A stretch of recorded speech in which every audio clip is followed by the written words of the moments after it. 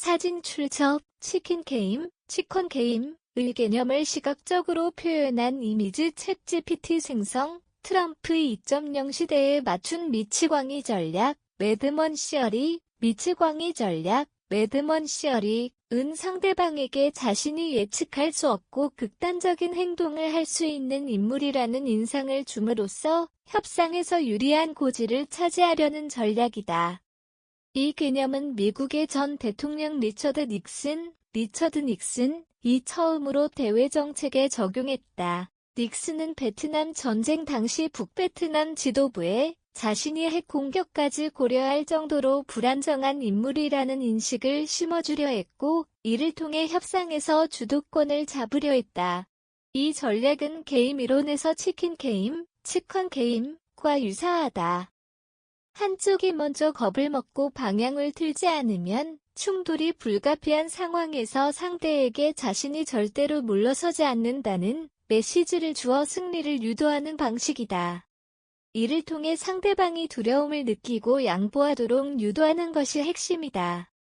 미치광이 전략은 정치, 군사, 경제, 협상 등 다양한 분야에서 활용되며 특히 미국 대통령 도널드 트럼프가 이를 적극적으로 활용하면서 다시 주목받게 되었다. 닉슨에서 트럼프까지 미치광이 전략의 개본. 닉슨 이후 여러 지도자들이 미치광이 전략을 사용했으며 트럼프 대통령은 이 전략을 가장 적극적으로 적용한 인물 중 하나로 평가받는다. 닉슨은 1969년 베트남 전쟁을 조기에 종결하기 위해 북베트남 지도자들에게 자신이 언제든지 핵무기를 사용할 수 있는 불안정한 지도자라는 인식을 심으려 했다. 이를 위해 닉슨은 미군의 핵무기 배치와 군사훈련을 통해 실제로 군사적 긴장을 고조시키는 행동을 했다. 이 전략은 결국 베트남과의 협상에서 어느 정도 효과를 거두었지만 완전한 성공을 이루지는 못했다. 로널드 레이건 전 미국 대통령은 냉전 시대 소련을 압박하기 위해 격한 발언과 군비 확장을 통해 미치광이 전략을 구사했다. 북한의 김정일과 러시아의 블라디미르 푸틴도 종종 예측 불가능한 행동을 통해 국제사회에서 협상력을 높이려 했다. 사진 출처 강력한 협상력을 표현한 이미지 챗GPT 생성, 트럼프 대통령은 미치광이 전략을 외교뿐만 아니라 경제 협상과 국내 정치에서도 적극 활용했다. 그는 트위터를 통해 급작스럽고 과격한 발언을 하며 상대국을 혼란에 빠뜨렸고 이를 통해 자신의 협상력을 극대화하려 했다.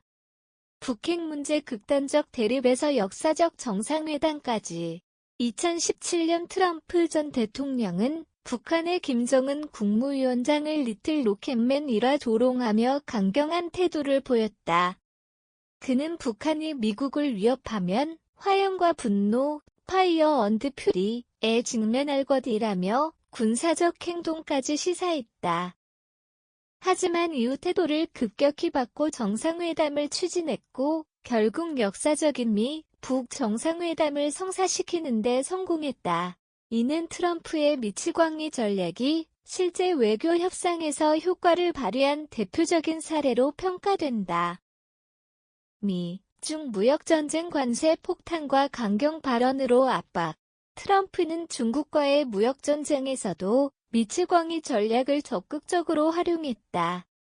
그는 예측할 수 없는 방식으로 갑작스럽게 관세를 인상하거나 트위터를 통해 중국을 향한 강경 발언을 쏟아냈다.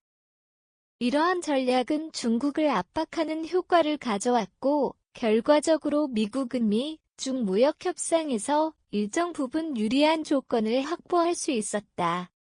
트럼프의 돌발적인 결정과 강경한 태도는 중국이 먼저 양보하도록 유도하는 중요한 역할을 했다. 이란 핵협정 탈퇴 일방적 파기와 강력한 제재. 2018년 트럼프는 오바마 행정부 시절 체결된 이란 핵협정에서 일방적으로 탈퇴하며 국제사회에 충격을 주었다. 그는 이란에 대한 강력한 경제 제재를 가하며 압박을 이어갔다. 이 같은 강경 조치는 이란을 다시 협상 테이블로 나오게 하려는 전략으로 풀이됐다. 하지만 국제사회에서는 트럼프의 이러한 행보가 외교적 신뢰를 저해할 수 있다는 우려도 제기되었다. 미국 내 정치적 갈등 조성 예측 불가능한 정책 변경. 트럼프는 국내 정치에서도 미치광이 전략을 활용했다. 그는 민주당과의 대립에서 갑작스럽게 정책을 변경하거나 강경한 트윗을 남기며 상대를 압박했다. 이러한 방식은 상대방이 예측할 수 없는 환경을 조성해 협상의 주도권을 쥐는 데 도움이 됐다. 하지만 동시에 극단적인 정치적 갈등을 유발해 미국 사회의 분열을 심화시켰다는 비판도 받았다. 효과적인 협상 전략인가 위험한 불장난인가?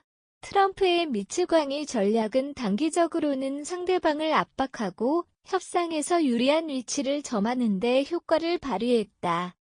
그러나 장기적으로 보면 이 전략이 갖는 한계도 분명하다.